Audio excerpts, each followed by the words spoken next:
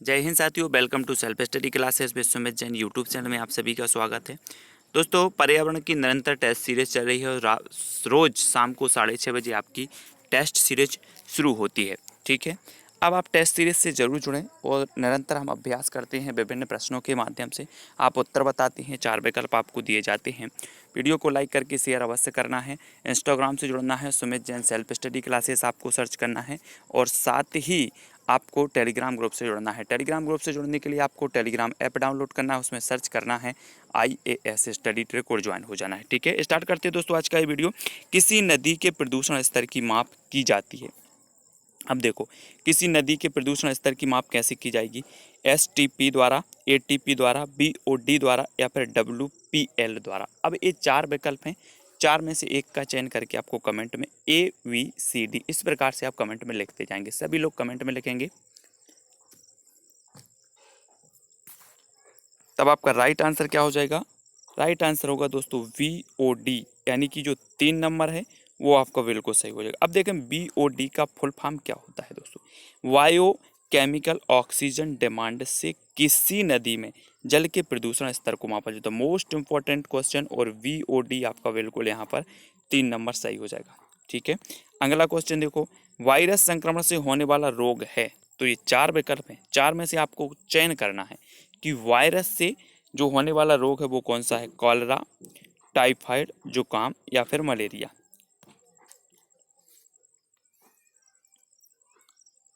तो आपका बिल्कुल सही आंसर क्या होगा? जुकाम। जुकाम यानी कि जो विकल्प नंबर आपका 3 है वो सही होगा, है ना। जुकाम वायरस से होने वाला संक्रमण है, जबकि टाइफाइड, कॉलरा तथा मलेरिया जल जनित रोग हैं। जुकाम ऊपरी श्वसन तंत्र का आसानी से फैलने वाला संक्रामक रोग है।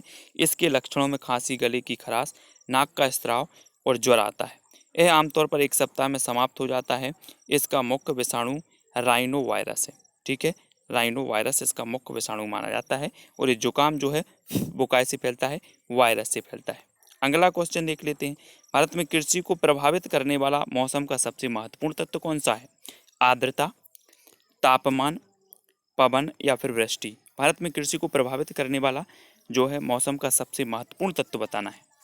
4 विकल्पों में से ABCD करके 4 में से एक का चयन करना है, तब आपका बिल्कुल सही आंसर क्या होगा? वृष्टि। वृष्टि यानी 4 नंबर। भारत में कृषि को प्रभावित करने वाला मौसम का सबसे महत्वपूर्ण जो तत्व है वो है वृष्टि।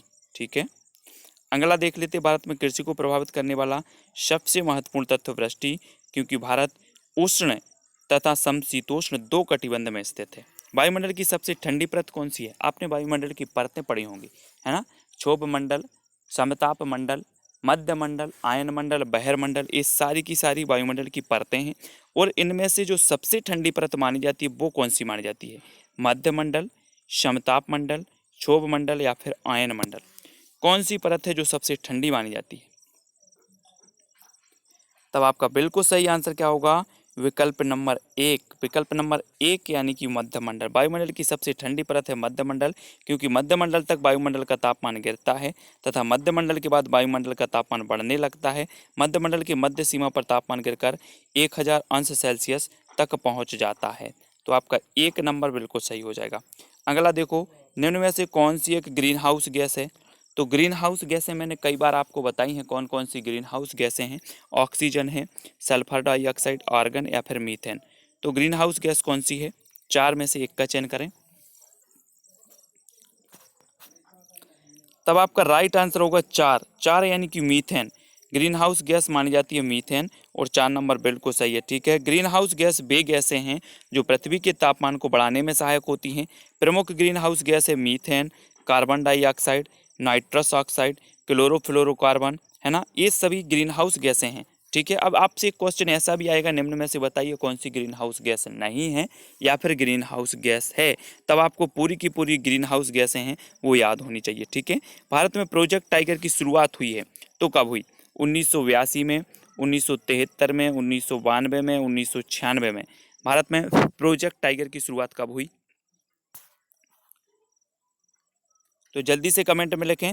और प्रश्न क्रमांक 7 का आपका बिल्कुल सही आंसर होगा 1973, 2 नंबर। अब एक चीज और बताना दोस्तों, चिपको आंदोलन की शुरुआत कब हुई?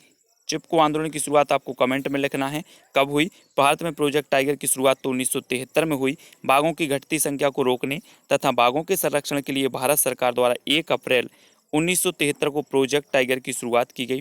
इस प्रोजेक्ट की जो शुरुआत है जिम कॉर्बेट नेशनल पार्क में की गई थी। तो ये चीज़ आपको याद रखनी है। पृथ्वी तल पर उस काल्पनिक रेखा को क्या कहते हैं जो 1800 मेरिडियम यम उत्तर पर खींची है। तो आपको बताना है उसे कर्क रेखा कहा जाता है, अंतर्राष्ट्रीय तिथि रेखा कहा जाता है, विषुवत रेखा या फिर प्रधान यमयोत्तर रेखा कहा जाता है। प्रश्न क्रमांक 8 4 विकल्प हैं, 4 में से एक का चयन करके आपको ABCD करके इस प्रकार से उत्तर बताना है।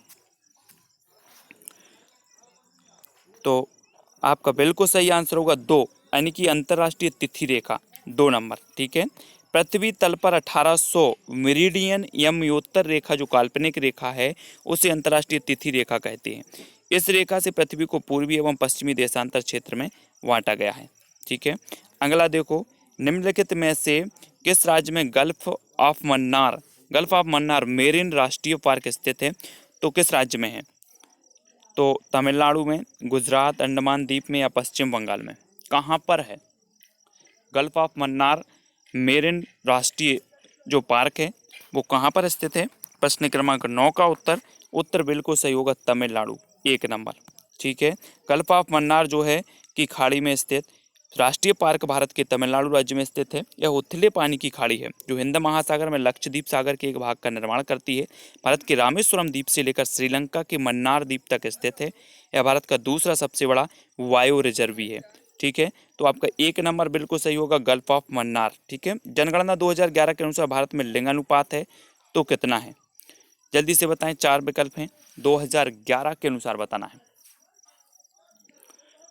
तो 11 के अनुसार आपका बिल्कुल सही आंसर क्या होगा, 1000 पुरुषों पर 940 महिलाएं, यानी 2 नंबर आपका सही हो जाएगा।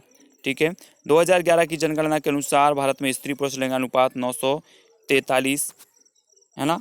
तो 943 1000 940 या 43 इस बार 40 यहाँ पर दिया है उत्तर विकल्प नंबर 2 में। ठीक है, तो याद रखना, निम्न में से किस एक प्राणी को किसान का मित्र कहा जाता है। केंचुआ को, चींटी को, मधुमक्खी या फिर तितली को। किस एक प्राणी को किसान का मित्र कहा जाता है। तब आपका बिल्कुल सही आंसर क्या होगा, केंचुआ। केंचुआ को किसान का मित्र कहा जाता है। ठीक है, केंचुआ आपका सही होगा। केंचुआ को किसानों का मित्र कहा जाता है क्योंकि केंचुआ नीचे की मिट्टी को ऊपरी सतह लाने का कार्य करता है जिससे मिट्टी अधिक उपजाऊ हो जाती है। पर्यावरण को बचाने के लिए चिपको आंदोलन से कौन सा राज्य जुड़ा है। झारखंड है, उत्तर प्रदेश, उत्तराखंड या फिर छत्तीसगढ़। पर्यावरण को बचाने के लिए चिपको आंदोलन से कौन सा राज्य जुड़ा है, कौन सा राज्य जुड़ा है। प्रश्न क्रमांक 12 4 विकल्प, आपका बिल्कुल सही आंसर होगा 3 यानी उत्तराखंड, 3 नंबर सही हो जाएगा। ठीक है, चिपको आंदोलन की शुरुआत वृक्षों के कटाव के विरुद्ध प्रसिद्ध पर्यावरण सुंदरलाल बहुगुणा तथा चंडी प्रसाद भट्ट के नेतृत्व में उत्तराखंड के चमोली जिले में की गई थी। इस आंदोलन को 1973 में प्रारंभ किया गया था। ठीक है, तो आपका बिल्कुल सही आंसर क्या होगा, उत्तराखंड। और जीवों के व्यवहार का अध्ययन किया जाता है, जीवों के व्यवहार, नियोलॉजी में, इटियोलॉजी में, इथोलॉजी या फिर डेमोलॉजी, ये 4 विकल्प हैं। जीवों के व्यवहार का अध्ययन किसमें किया जाता है, कि आपके पास भी 4 सेकंड है और 4 विकल्प भी हैं। तो आपका राइट आंसर क्या होगा, आंसर हो जाएगा दोस्तों विकल्प नंबर 3 यानी इथोलॉजी। जीवों के व्यवहार का अध्ययन कहलाता है इथोलॉजी, 3 नंबर। विज्ञान के इथोलॉजी विषय के अंतर्गत जीवों के व्यवहार का अध्ययन किया जाता है। नियोलॉजी विषय के अंतर्गत तंत्रिका तंत्र से संबंधित रोगों का अध्ययन किया जाता है। समुद्री शैवाल किसका महत्वपूर्ण स्रोत हैं। समुद्री शैवाल ब्रोमीन का, क्लोरीन का, आयोडीन का या फिर लोहे का। समुद्री शैवाल किसका महत्वपूर्ण स्रोत हैं। प्रश्न क्रमांक 14 का उत्तर बताना है और 14 का आंसर आपका हो जाएगा आयोडीन। आयोडीन यानी कि 3 नंबर आपका सही होगा। ठीक है, समुद्री शैवाल आयोडीन के प्रमुख स्रोत माने जाते हैं। इसकी कमी से गॉइटर या घेंगा रोग हो जाता है जिसमें थायराइड ग्रंथि में सूजन आ जाती है। समुद्री शैवालों में आयोडीन की प्रचुरता वाले शैवाल नेमेरिया या सिवार हैं। यह व्यापक रूप से चिकित्सा में प्रयोग किया जाता है। ठीक है, सैक या लाइकेन है तो क्या है, रसायन स्वपोषी हैं, परजीवी हैं, अपघटक हैं या सहजीवी। लाइकेन क्या है, जिन्हें सैक भी कहा जाता है। प्रश्न क्रमांक 15, तो सैक भी आपको याद रख लेना है, तो जल्दी से बताएं। उत्तर आपका क्या हो जाएगा? उत्तर होगा विकल्प नंबर 4 सहजीवी।